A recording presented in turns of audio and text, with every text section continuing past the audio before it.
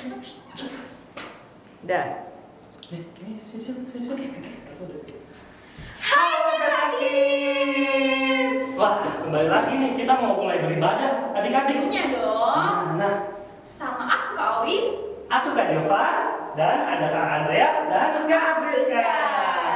Adik-adik, kita sebelum ibadah, kita mau berdoa dulu ya. Silakan Kak Aurin.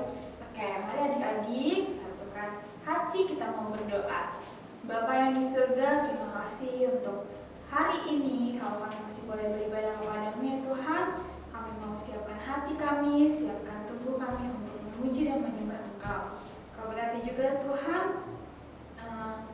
untuk firman nanti ya Tuhan, supaya kami mendengarkan dengan baik ya Tuhan, dan sungguh firman-Mu hidup di dalam diri kami masing-masing. Terima kasih Tuhan, kami siap memuji dan memuliakan nama-Mu. Haleluya, amin. Amin. Adik-adik bangkit berdiri ya semuanya. Kita mau bergerak-gerak nih.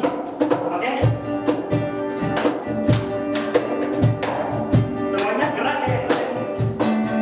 Tanganku ke depan, tanganku ke belakang, tanganku ke depan, dan digoyang-goyang putar-putar menari. Mari puji kaki sekarang kaki. Kakiku ke depan, kakiku ke belakang, kakiku ke depan, dan digoyang-goyang berputar menari. Mari pun baunya ya baunya. Bahuku ke depan, bahuku ke belakang, bahuku ke depan, dan digoyang-goyang berputar menari. Mari pun badannya semuanya apa? Badanku ke depan, badanku ke belakang, badanku ke depan, dan digoyang-goyang berputar menari. Mari puji Tuhan, berputar menari. Mari puji Tuhan, mari puji Tuhan. Yeay. Belum capek dong adik-adik? Belum dong. Jadi jangan duduk dulu ya, jangan duduk Iya, dulu nih. semangat Kita nih. masih ada satu lagu lagi ya. Adik-adik nyanyi dengan serius ya.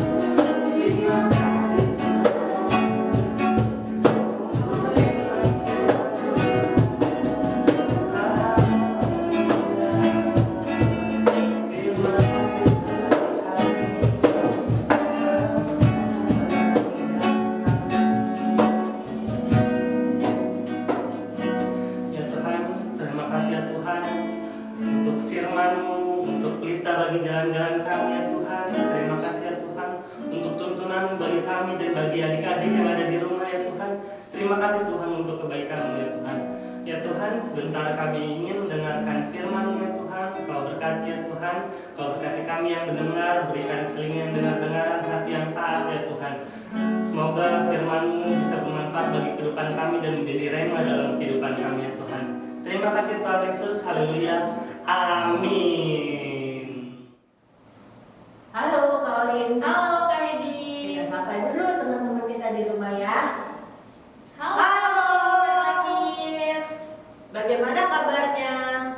Pastinya luar Luar biasa. biasa. Nah, tadi kita udah memuji Tuhan ya Kak Orin. Minggu lalu Kak Gaby kasih ayat hafalannya. Udah hafal belum? Betul. Harusnya udah hafal dong. Udah hafal ya.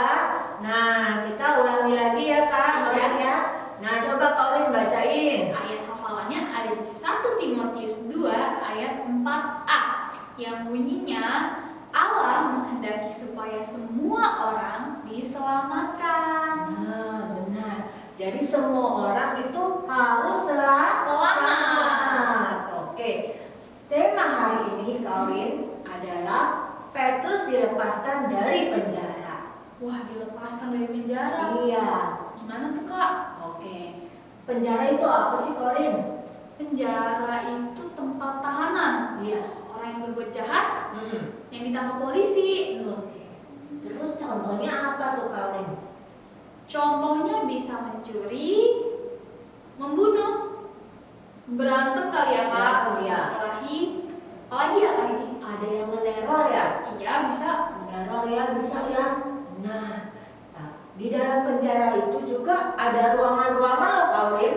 Oh, di Ruangan-ruangan yang disebut sel. Hmm. Nah, ada orang yang di penjara itu bertahun-tahun loh adik-adik. Lama banget ya Kak. Betul. Uh. Nah, itu sesuai dengan pengadilan ya Kawin. Terus, tapi ada juga orang yang selalu berbuat baik masuk penjara loh Kawin. Ada Kak yang kayak gitu? Ada. Kok bisa sih? Iya benar. Siapa orang itu? Siapa? Siapa ya? Nah, sebelum kita nonton video, kita mau baca dulu di Kisah Rasul 12 ayat 1 sampai 19. Bergantian ya Kaurin? Oke. Oke, ayat 1 Kaurin dulu. Yakobus mati, Petrus dilepaskan dari penjara.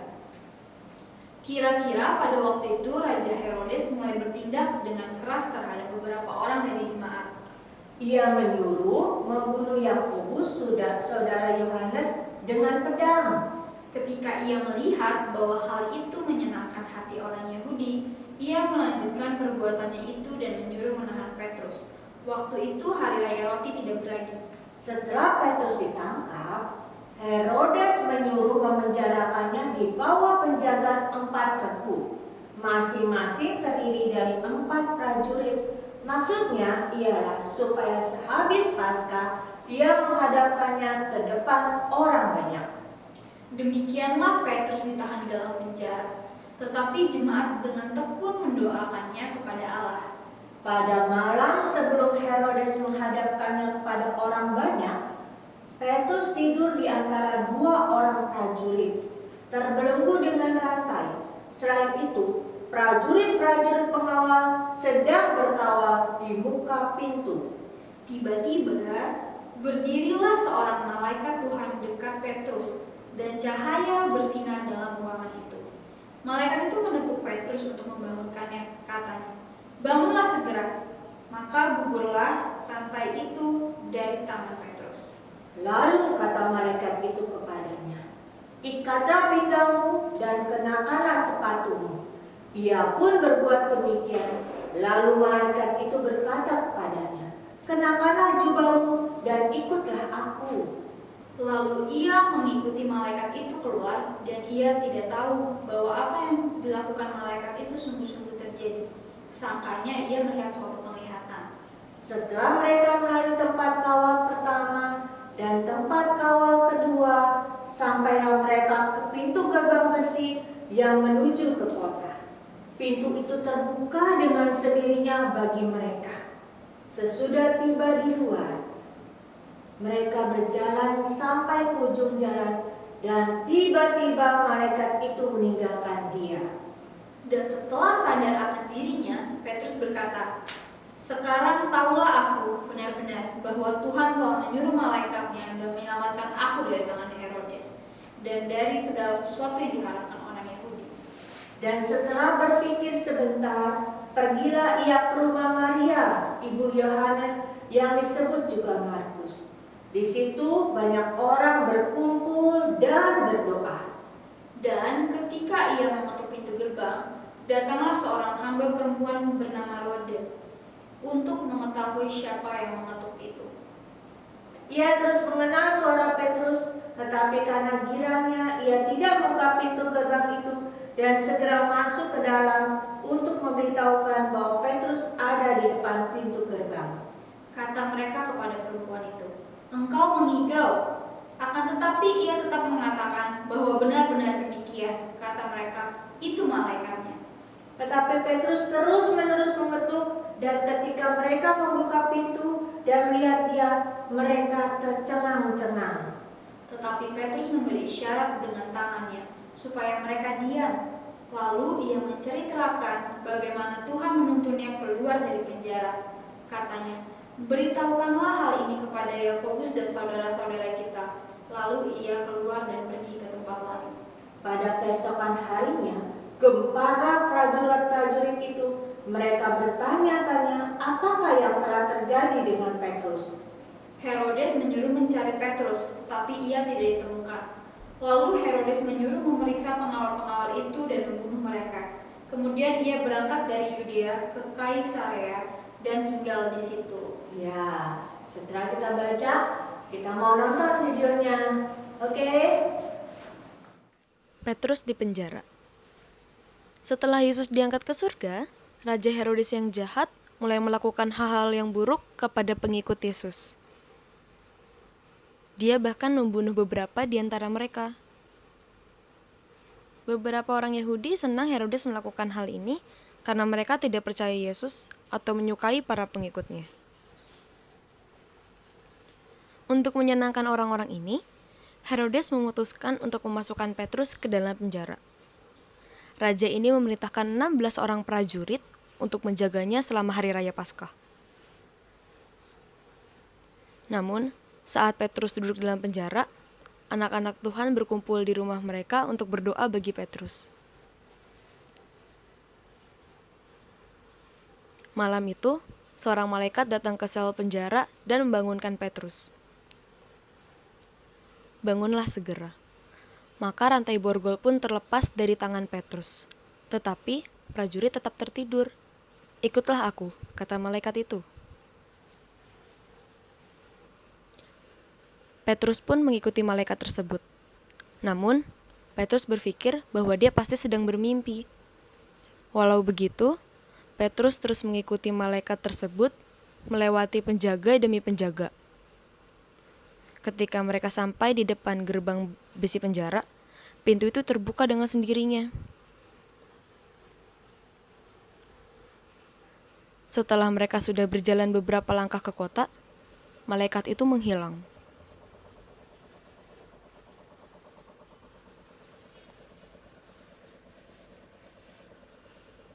Jadi Petrus pun pergi ke salah satu rumah temannya yang tinggal dekat situ dan mengetuk pintu.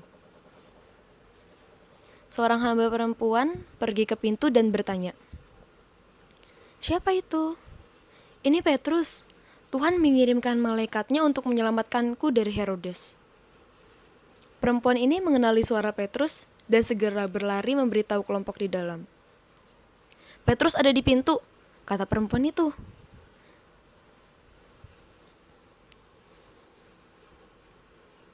Namun teman-teman Petrus tidak percaya kepadanya dan kembali berdoa untuk Petrus. Mereka tidak menyadari bahwa doa mereka benar-benar sudah terjawab.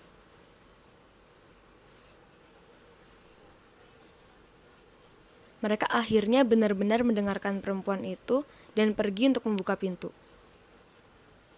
Mereka pun tercengang-cengang saat melihat siapa yang berdiri di depan pintu. Tetapi Petrus memberi isyarat dengan tangannya agar mereka diam. Petrus pun menceritakan kepada mereka bagaimana Tuhan menuntunnya keluar dari penjara. Dan itulah bagaimana Tuhan menyelamatkan Petrus dari tangan Raja Herodes yang jahat. Oke, Kaurin, maksud dari firman Tuhan tadi yang kita sudah baca dan nonton tuh tadi adalah apa? Satu, Tuhan dapat melepaskan segala masalah kita loh, ya kan? Masalah kita apapun adik-adik masalahnya. Kalau kita susah di dalam pelajaran, Tuhan dapat berikan kita kepintaran, benar kan?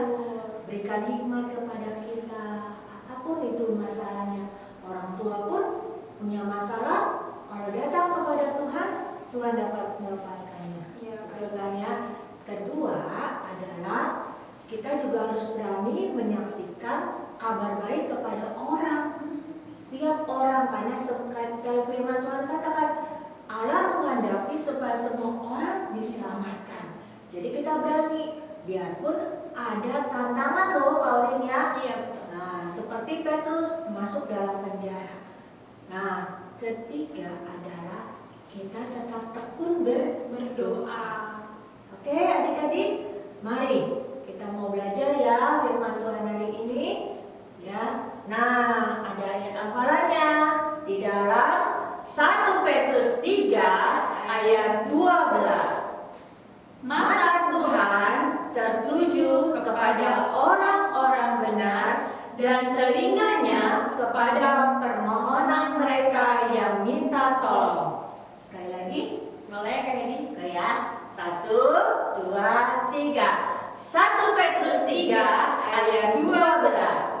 Mata Tuhan tertuju kepada orang-orang benar dan telinganya kepada permohonan mereka yang minta tolong. Oke, sekarang adik-adik sudah dengar firman Tuhan, sudah juga ayat hafalan, kita mau berdoa. Tuhan Yesus, tolong kami untuk kami dapat melakukan kebenaran firman-Mu Tuhan. Tuhan, Allah Roh Kudus, Engkau yang menuntun adik-adik dan setiap pembina untuk dapat melakukan kebenaran firman-Mu. Terima kasih Tuhan Yesus, berkati adik-adik dalam sekolah mereka, dalam Tuhan mereka bermain, lindungi, jagai orang tua pun dalam perlindungan dan penjagaan. Terima kasih Bapa, hanya di dalam nama Tuhan Yesus kami telah berdoa. Haleluya. Amin. Petra Kids, balik lagi nih sama aku. Nah, hari ini kita bakalan bikin kreativitas dari origami nih adik-adik. Nah, adik-adik ikutin terus ya. Alat dan bahan yang diperlukan ada gunting dan juga origami. Cara membuatnya, pertama adik-adik ambil kertas origaminya, lalu adik-adik lipat menjadi 2 bagian.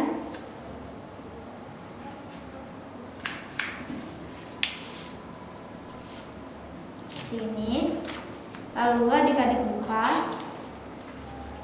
dan lipat di sisi satu lagi.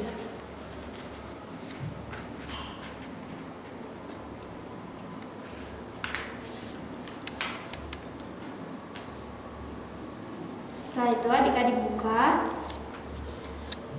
dan adik-adik lipat menjadi bentuk segitiga seperti ini.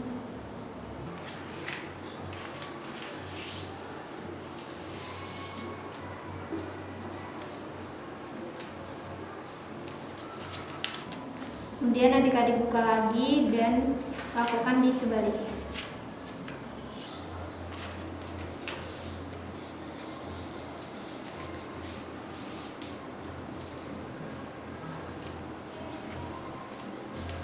Setelah sudah seperti itu, adik-adik lipat bagian tengah ini menjadi seperti ini.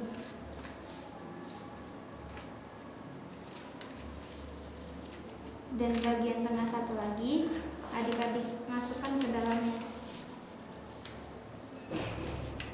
hingga menjadi segitiga seperti ini.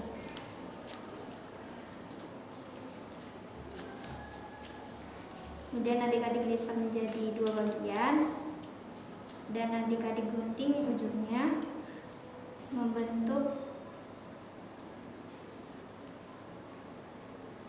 seperti ini.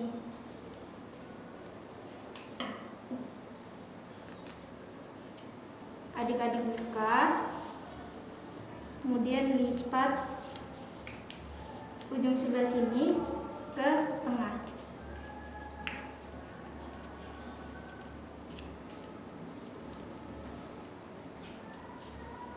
Bagian sebelah sini juga ya adik-adik.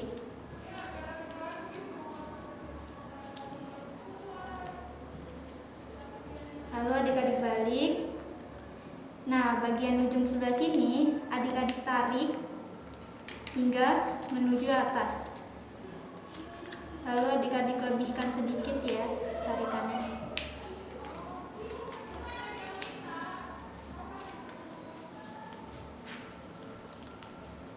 Kalau sudah lebih seperti ini, adik-adik lipat ke dalam. Dan adik-adik lipat bagian tengahnya.